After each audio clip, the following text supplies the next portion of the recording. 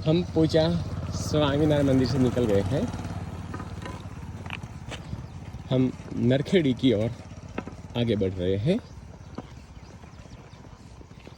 वहाँ नल और नील की तपस्थली है। वहाँ तपस्थली के दर्शन करेंगे।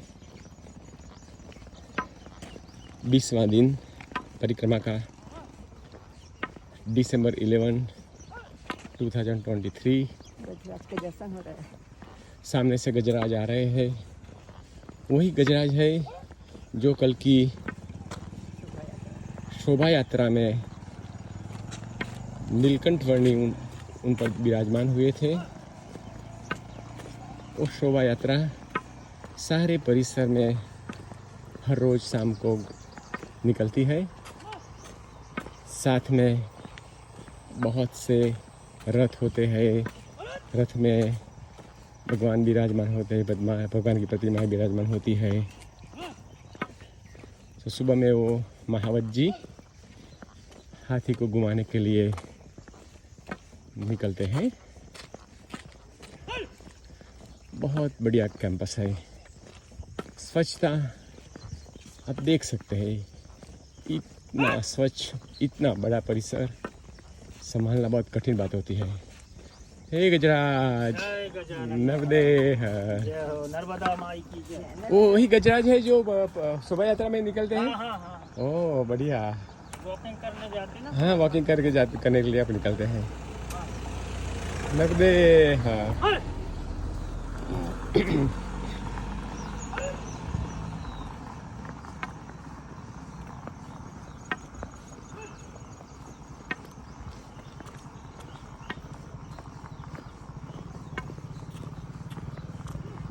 अभी कॉम्प्लेक्स का प्रवेश द्वार आगे आता है, वहाँ से हमें एग्जिट करेंगे।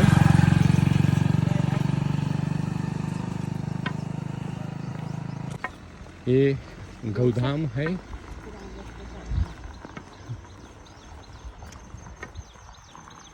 गौशाला, बहुत बड़ी गौशाला है। सारी गौ माता को यहाँ रखते हैं। उन्हों को रहने के लिए इंडोर सुविधा भी बनाई गई है।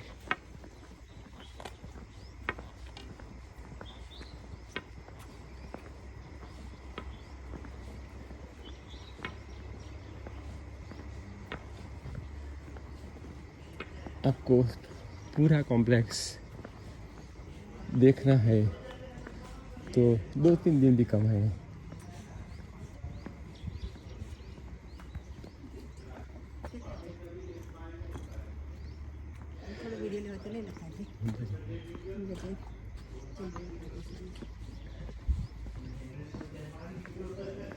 तो गाय के लिए खुराक है।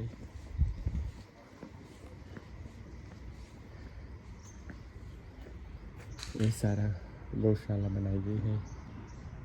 कितनी स्वच्छ, सुंदर।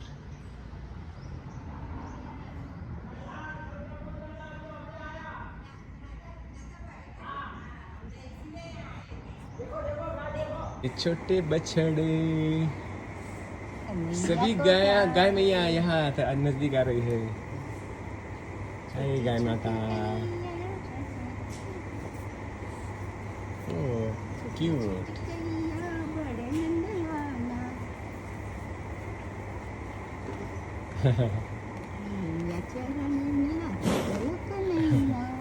हम खेतों के रास्ते से नरखेड़ी की ओर आगे बढ़ रहे हैं। दोनों ओर केले के खेत हैं, तुअर, ज्वार,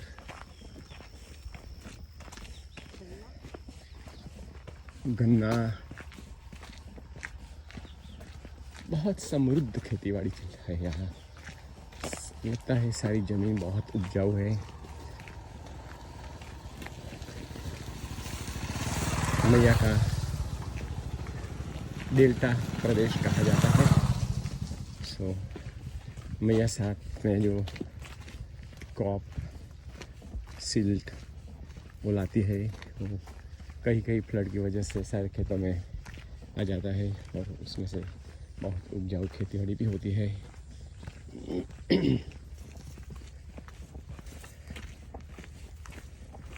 10:30 हुए हैं। अभी से गर्मी लगनी शुरू हो गई है। दिसंबर में ऐसे तो ठंडी होनी चाहिए, मगर 10 बजे के बाद गर्मी महसूस होती है।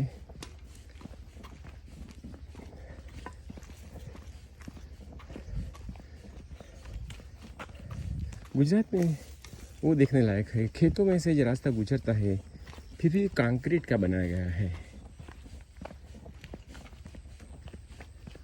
बहुत बड़ी सुविधा है खेतों में ट्रैक्टर लेके आने जाने की। किसान खेतों में 2 व्हीलर पर भी आते हैं।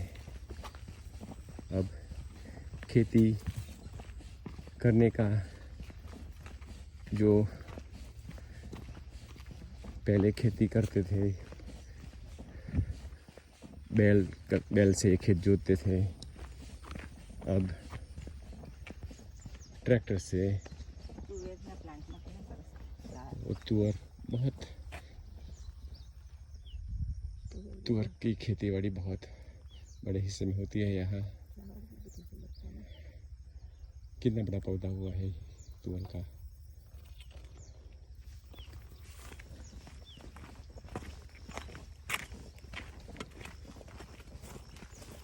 ऐसे कभी कुछ एरिया को सलाड बाउल कहते हैं, तो हम तो उसको प्रोटीन बाउल ही कहेंगे। सारा प्रोटीन तुअर।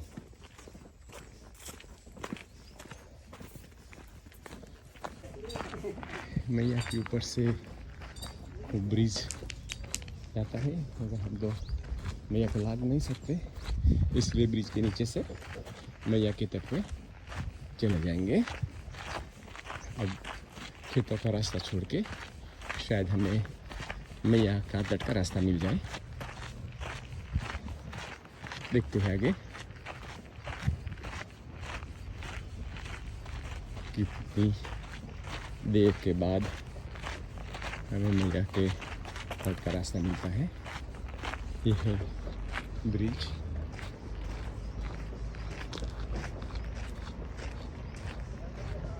नर्मदे हाँ,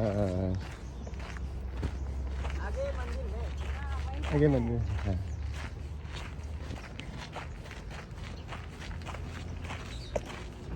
सीधा जाने का ना बाबा।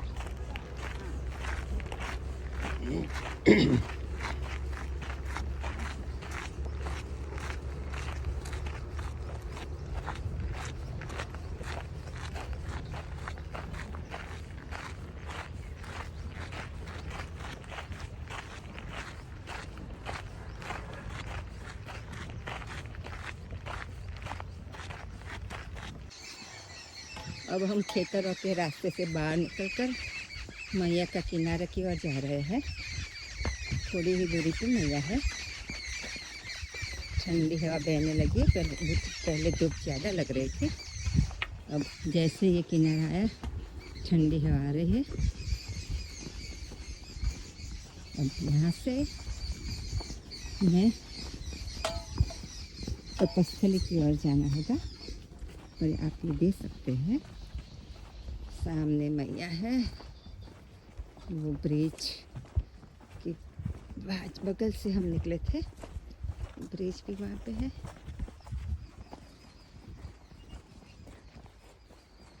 और अब ये जाने का रास्ता मिट्टी वाला है पर अच्छा है।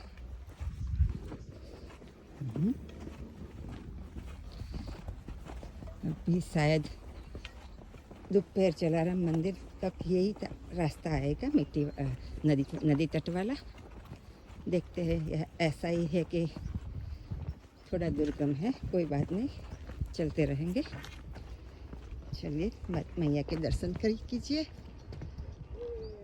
नर्मदे हर। बाबा जी दिख रहे हैं। आज बाबा जी थोड़े बीमार है। उसके बड़े भैया यहाँ आए थे, वो डॉक्टर है, तो उन्होंने दवाई दी है। अब लगता है आराम हो जाएगा। वैसे भी हम आज दोपहर को जलाराम मंदिर पहुंच के आराम करने वाले हैं। फिर देखते हैं, कल वहाँ यज्ञ है तो यज्ञ में भी पार्टिसिपेट होंगे और इसके बाद अगला प्लान बनाएंगे। तब तक 2 दिन आराम का सोच रहे हैं।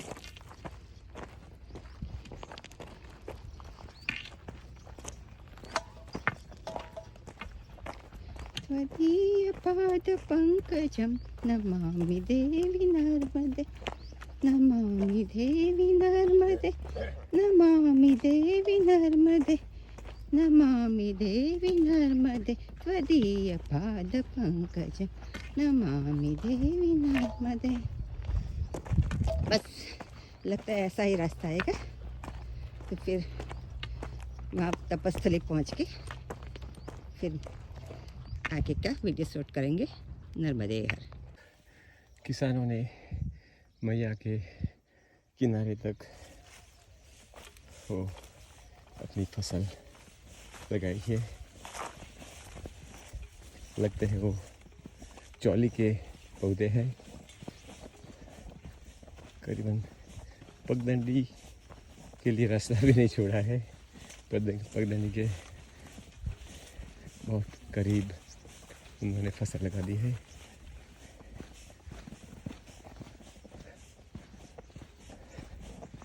बहुत अच्छी फसल आने वाली है चौली की।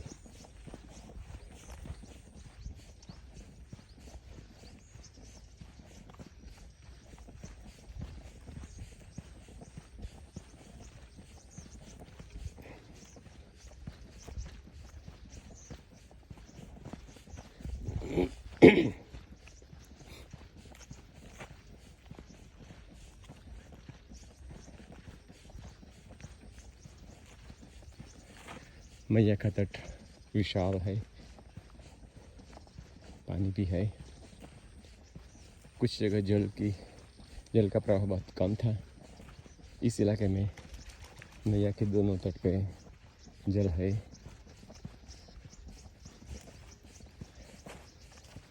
थोड़ी देर में हम जलाराम मंदिर पहुंचेंगे। वहाँ के महंत जी का फ़ोन आया था सुबह में, बोला था आपको मंदिर में रुकना है। हमने बोला ठीक है, जैसे मैया की इच्छा। और वो कल यज्ञ हवन करने वाले हैं, तो बोला आपको यज्ञ में भी सम्मिलित होना है। तो आज दोपहर पहुँच जाएंगे, फिर मंदिर में ही रुक जाएंगे। कल दोपहर तक यज्ञ की समाप्ति तक मंदिर में ही रहेंगे।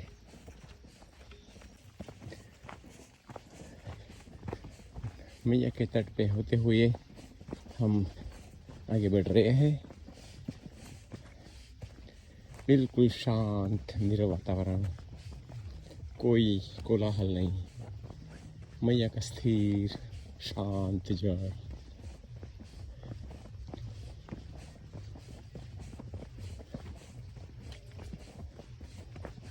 हम और मैया और कोई नहीं।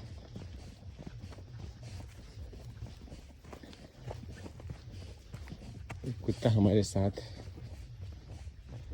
चल रहा है, पता नहीं कब तक चलता रहेगा।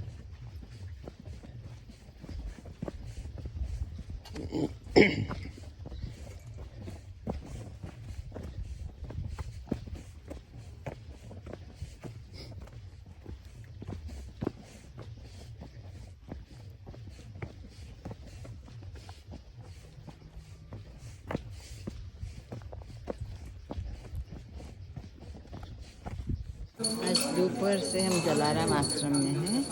ये जलाराम आश्रम का रूम है जहाँ को सोने की व्यवस्था है।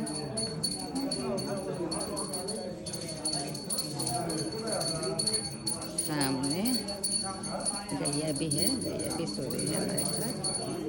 और वहाँ आने का द्वार इधर मैया सो रही है। हमारा आसन यहीं रखा हुआ है। बाबा जी बाबा जी यहाँ आते हैं। बाबा जी को आज मलेरिया हुआ है तो अभी आराम कर रहे हैं। कल दोपहर तक अच्छा हो जाएगा तो यहाँ से निकलेंगे। कल दोपहर सुबह में यहाँ बड़ा हवन होने वाला भी है और 250 कन्याओं का कन्या भोज भी है, तो वहाँ उसी तक कुछ टाइम तक तो रुकेंगे ही, फिर देखेंगे। ये भी दो मूर्तियाँ गुजरात की है, वो हमारे साथ साथ चल रहे हैं। जलाराम बापा की मूर्ति है वहाँ पे और साथ में जलाराम बापा की फ़ोटो है और साथ में नर्मदा मैया भी है। ये हमारा आरती का समय हुआ है तो कुछ मूर्तियाँ आरती कर रही हैं, हम भी आरती करेंगे।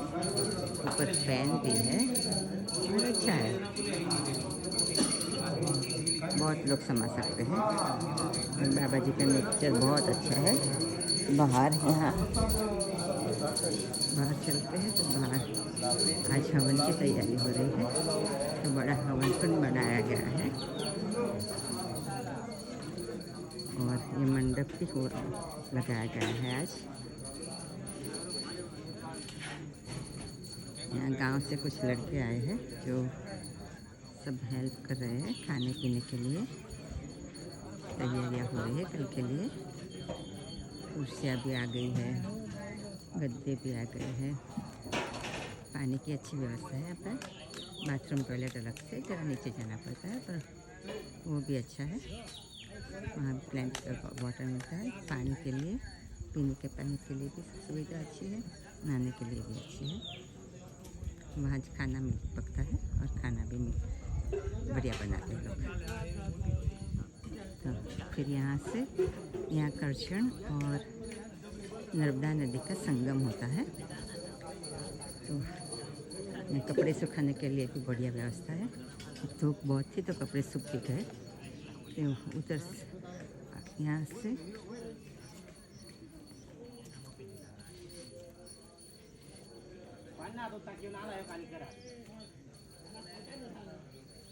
हम करचन संगम की ओर जा रहे हैं। लेकिन देखते हम देख सकते हैं कि नहीं, क्योंकि झाड़ी बहुत है, पर जो अच्छा।